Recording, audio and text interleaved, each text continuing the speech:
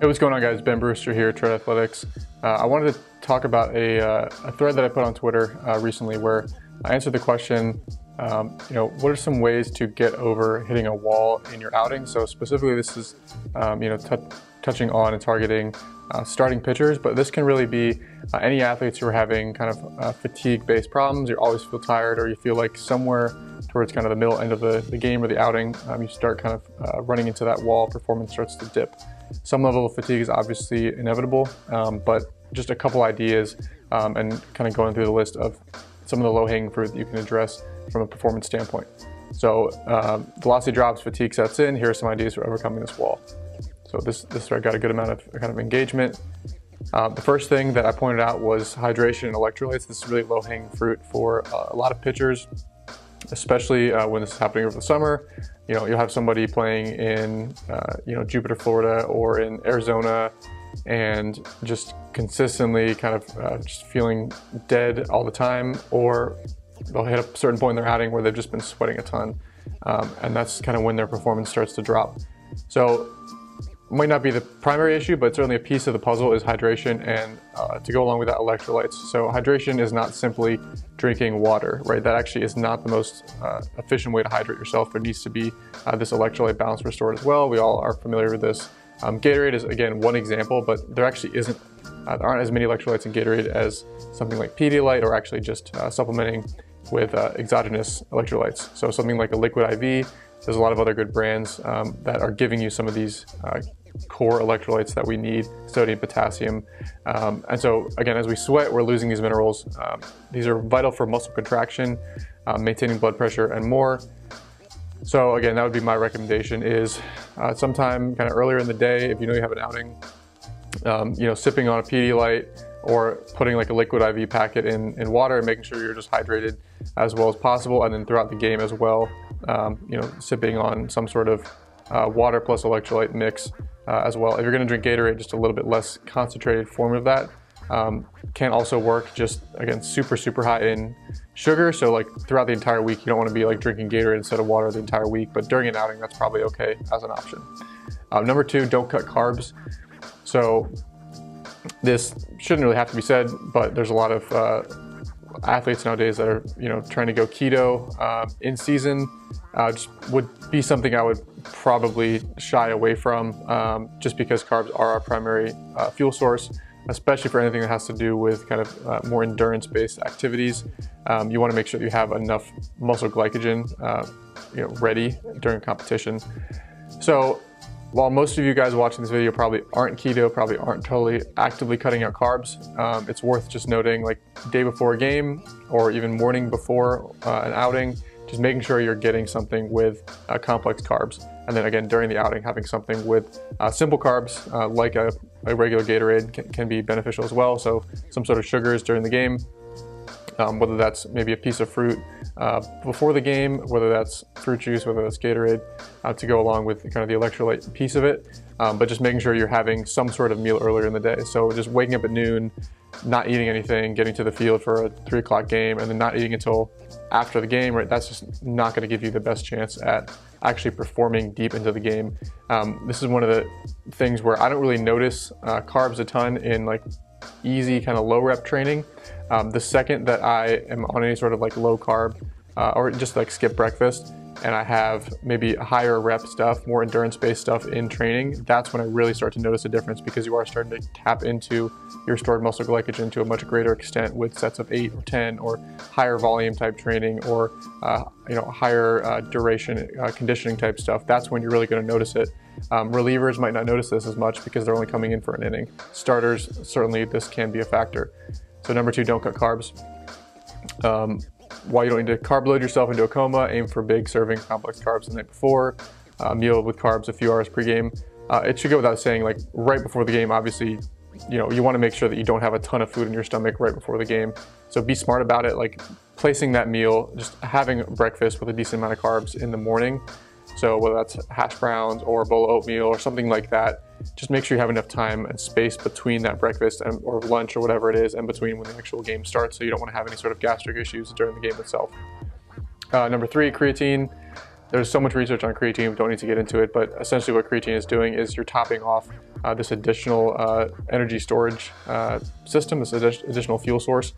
So basically, our body can rely on different energy sources depending on the type of activity that we're doing. So if it's something that's in the kind of 0 to 30-second range, a really short burst of activity, yes, we're going to be using some fat. Yes, we're going to be using some stored muscle glycogen, some glucose, but we're also going to be really tapping into this phosphocreatine system. So you can think about it as really short bursts of energy. We're using this system primarily. And so creatine, again, it's not magical. It's not, this PD or anything like that. But, the way I like to explain it to guys is if you're doing normally like 5 sets of 8 in the weight room without creatine, and you start taking creatine for a month or so and let it kind of get into your system, you might be able to do 5 sets of 9 or 5 sets of 10. You might be able to recover a little bit faster in between sets. So it's like letting you squeeze out that like extra rep on the tail end of a set is where it starts to kind of make itself apparent. It's not like you're instantly going to get a lot stronger directly from taking creatine. It's just that it allows you to train a little bit harder. It makes your kind of endurance in these short bursts of activity a little bit better and allows you to recover a little bit faster in between sets. So kind of same idea with pitching. It's just one of those boxes to check. It's super cheap, super easy to take, super safe. Ton of research on it. It might give you that last little bit of, hey, maybe I can get 5 more pitches deep into an outing before it kind of starts to catch up to me, or hey, maybe I can recover just a little bit more in between innings before the next inning, or in between pitches before that next pitch. So another box just to check. Any creatine monohydrate from a reputable brand will be just fine. 3 to 5 grams a day is a pretty common recommendation from the research. And again, timing doesn't seem to matter a ton. A lot of sources just recommend just do it kind of pre-game, pre-workout, but there's also sources that say the timing doesn't really matter. It's more like just topping off your gas tank, making sure you're taking that 3 to 5 grams a day. Some people will mix it into their coffee, just that kind of teaspoon of creatine monohydrate into their coffee in the morning. Decaf, caffeine, doesn't matter. Some people just take it straight up as a powder, wash it down with a glass of water. So there's a bunch of different ways to do it. I can link some further resources down in the description. 4 is workload tolerance. So, sometimes it's just you haven't been built up to that specific workload. Right? I have one MLB guy who was kind of building back recently. Now he's back, and he kind of hit a wall because he had been a couple outings at 30 pitches, in his rehab outings, and then 45 pitches, and then he had a big jump to like 60 pitches, and his arm was really kind of not recovering, not bouncing back as well. Well, it was because there was a big jump in workload. It wasn't necessarily because he did anything else wrong. So if your workload is not gradually built up to, that can be kind of the most obvious answer, is that you should really be taking your time to build up to these higher pitch counts. If in spring training or preseason you never throw more than 2 innings, 3 innings, and then all of a sudden you're asked to throw 7 innings, 8 innings, 95, 100 pitches, your first start, you're probably going to hit a wall because your body has not become accustomed and acclimated to that type of workload. So that kind of goes without saying, but sometimes the simplest answer actually is, just kind of staring you in the face. Number 5 would be minimize fatigue in your pregame routine. So again, if you've been using the same pregame routine for years and this has never been an issue before, like this probably isn't a factor. But I have seen scenarios where guys are doing a ton of conditioning pregame, and by the time the game actually starts, their legs are fatigued. They just always have their legs just kind of feel dead, because why? The strength coach is intent on them running every single day, and it's just a little bit too much for what they can recover from. Maybe they lifted and they conditioned. If you're going to lift pregame, it can work. You just really have to keep the volume down, keep the focus on. Right, you probably shouldn't be doing 4 sets of 10 squats pregame and hitting hard sets, but 3 sets of 2 with a moderate weight for speed, right? That's not going to induce a ton of fatigue pregame. So you just have to be smart about the type of training you're doing in season, and especially if you're doing that pregame. It's a little bit more forgiving if you do your lifting as a starter, post game or next day. So for starters, it can be a little bit easier for relievers. They never know when they're going to throw. And so pregame is sometimes the only time that you can really get those in, because you are often asked to throw back-to-back days. So you can't just say, oh, I'm always going to do the day after I pitch, I'm going to do my lifting. Standing in the sun for 2 hours. So as much as you can, try not to be just standing in the sun pregame as much as I know a lot of guys are just forced to shag BP and don't really have a way around that. But as much as possible, trying to get out of the sun, trying to get off your feet before the game so that you're not just exhausted before the first pitch even happens. Are you doing 2 hours of correctives? So this is something we've run into before, or we've actually pared down a lot of our kind of warm up and corrective routines, because we notice like some guys are just taking, they'll get really carried away with it, and they'll take so long just to go through everything that by the time they pick up a ball, by the time they actually start their dynamic warm up, they're just mentally exhausted. Maybe not physically fatigued, but mentally they've been placing so much intent on every single corrective that they're doing that we pared it down. And it's like, what is the minimum effective dose that we can give guys in season, so that, hey, it's a 20-30 minute type correctives tops, so that they can just kind of get into their pregame flow, and mentally they're fresh, and then physically obviously they'll be fresh as well. And then again, addressing like, what are you doing in that pregame bullpen? I'm aware of guys who throw 40, 50, 60 pitches in that pregame bullpen, and they hit a wall at pitch 75 in their start, and they're wondering why. Well, maybe if you take that pregame pen down to 15 to 25 pitches instead of 30 to 60 pitches, that gives you that extra 20 to 40 pitches that you're looking for in a game. So sometimes doing less gives you more. Again, this is a common area where we can really have an impact on that fatigue level and how far you're able to get in an actual start before you hit that kind of performance decreasing kind of area. Number 6, optimize your sleep. So again, goes without saying, but for me, it's really important to have some sort of way to monitor your sleep. I don't like when guys get hyper obsessed about what the metrics are saying, and so every single day they're like taking 20 minutes to like study their REM sleep and everything on like, you can take it to you can get over analysis, paralysis by analysis, and like hyper focus on every single last detail when you have something like a whoop strap or a ring. But for me, it's still a good recommendation, unless it's one of these guys who are extremely analytical and like gets so obsessive about it to where if they have a day where the strap tells them that they have a poor recovery, they just are mentally out of it. They can't perform that day, and they're just like start to think that something's wrong with them. Right, that's when it starts to become a little bit of a crutch and a little bit of an issue. So the way that I look at it is it's just something to remind me, like if I'm kind of getting off my sleep schedule, if my sleep is not as optimal as it normally was, I can start to think about like, what do I need to do differently? Do I need to get to bed at a better time? And is my caffeine intake getting too high? I can start to just kind of figure out what I need to do to get it back on track. But at the same time, like I've had great lifts, I've had great throwing sessions, I've had great games. And I've had athletes, same thing, when the strap said one thing, but ultimately that's just one data point. It doesn't mean you can't go out and execute, can't go out and have a good day, can't go out and hit a velocity PR, can't go out and hit a weightlifting PR. So those things still can and do happen.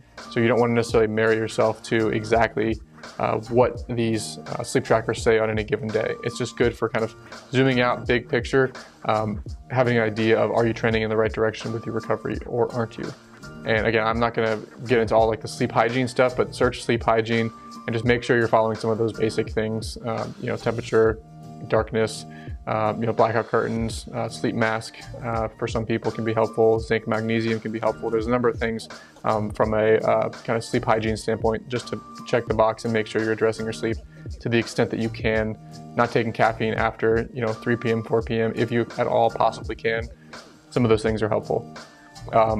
Number 7, track your arm fatigue and recovery. So this is more just giving you kind of again, another kind of data-driven way to see exactly what level of fatigue your outings are inducing on your arm. So this is the Arm Care app. I've talked about it before. I'm going to go ahead and just link an article. We wrote about it down below, but this has been a game changer for the guys we have who have implemented it. Essentially, what if you could test your arm pregame and see how fresh it was, and then also test it postgame and see exactly how taxing the outing was on your arm. So you'll be able to test external rotation strength, internal rotation, isometric strength, scaption strength, grip strength. So it's very simple. It takes 3 to 5 minutes to go through. They send you a little strength sensor, syncs to an app on your phone. And so from a injury prevention standpoint, like it gives you a good initial assessment. You can see like, am I in a red flag for any of these areas, shoulder strength, symmetry, things like that. But then just ongoing throughout the course of the season, you can start to see like, okay, this outing I went 75 pitches, but I was really fatigued. My post-outing numbers were just completely in the garbage. That outing, for whatever reason, was really fatiguing. oh wait, like the 6th inning, like I threw like 40 pitches in the 6th inning, like that was really taxing on me. But then you might have another outing where you threw 75 pitches a couple weeks later, and you were able to bounce back from it. You noticed that your post-game numbers weren't actually down that much. Maybe you only had a 5 to 10% decrease in your strength numbers post-game. Okay, that wasn't that fatiguing. My arm and my body are starting to accept that workload a little bit better. I'm ready to progress to maybe 80 pitches, 85 pitches. So it gives you a little bit more objective way to track and measure exactly what you're doing and see how much fatigue a given bullpen or outing, relief outing, or start actually induced on your arm, on your shoulder. So go ahead and check out the article. I'll link it down below. And then this one is interesting.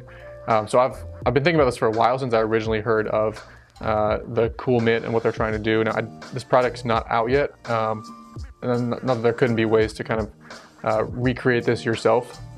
There's evidence that elevated core temperature is linked to fatigue. So some of the places that we can actually dump heat really fast are our feet and our hands. And Andrew Huberman has actually done a really cool podcast where he went over a lot of the research on basically cold therapy and cooling and what that's shown. But we dump heat quickest through our palms and through the soles of our feet.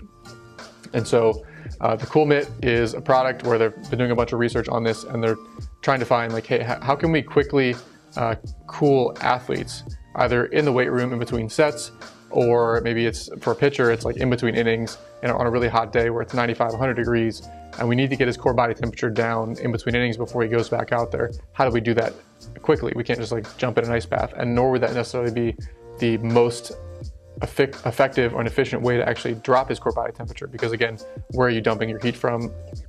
Your palms of your hands, soles of your feet.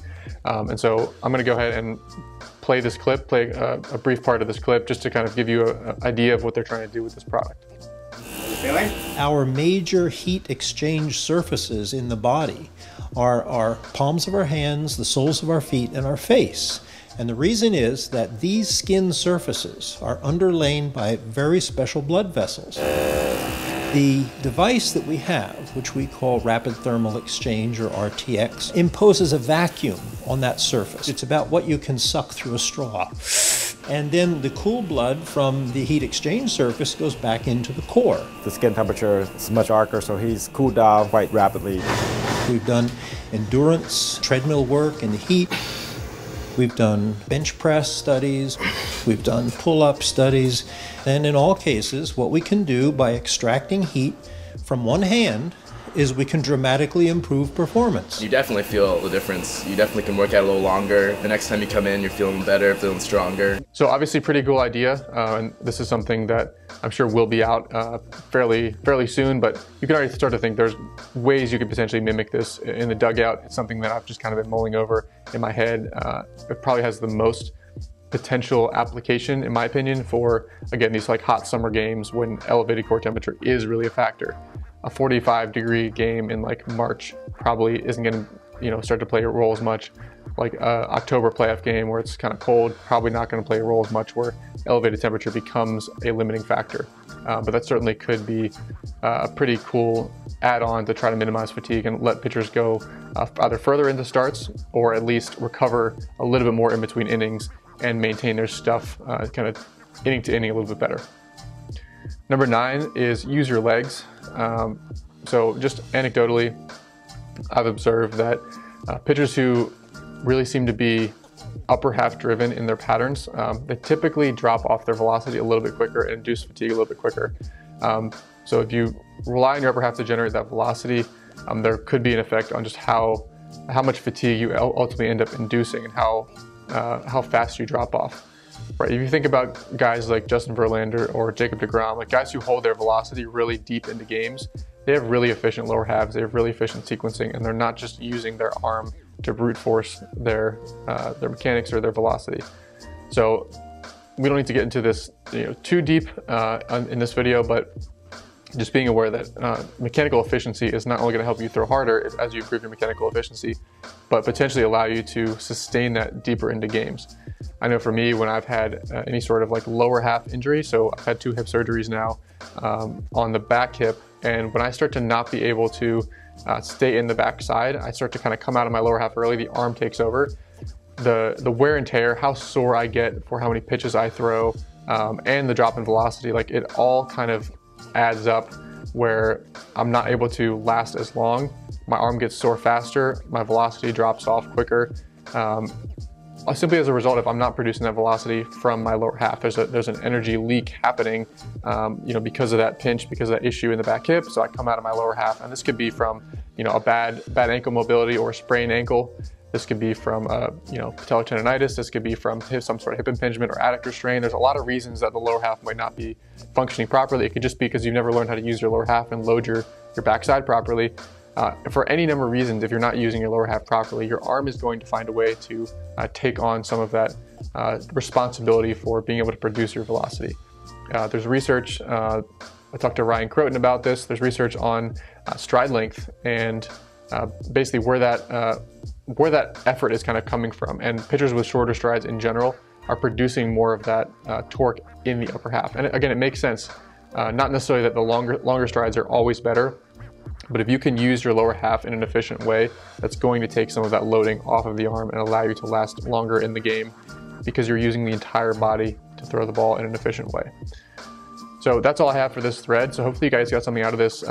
If you want to see these threads, as they come out, go ahead and follow me on Twitter. Again, @TreadAthletics. I'm putting, a couple threads out a week. I'm tweeting something just about every day. And again, this is a place that you can interact with me, kind of much more engagement through Twitter. I'm responding to comments every single day on Twitter, a little bit less so on YouTube, just for kind of time purposes. So you can interact with me on Twitter, shoot me a DM there, comment on the posts up there.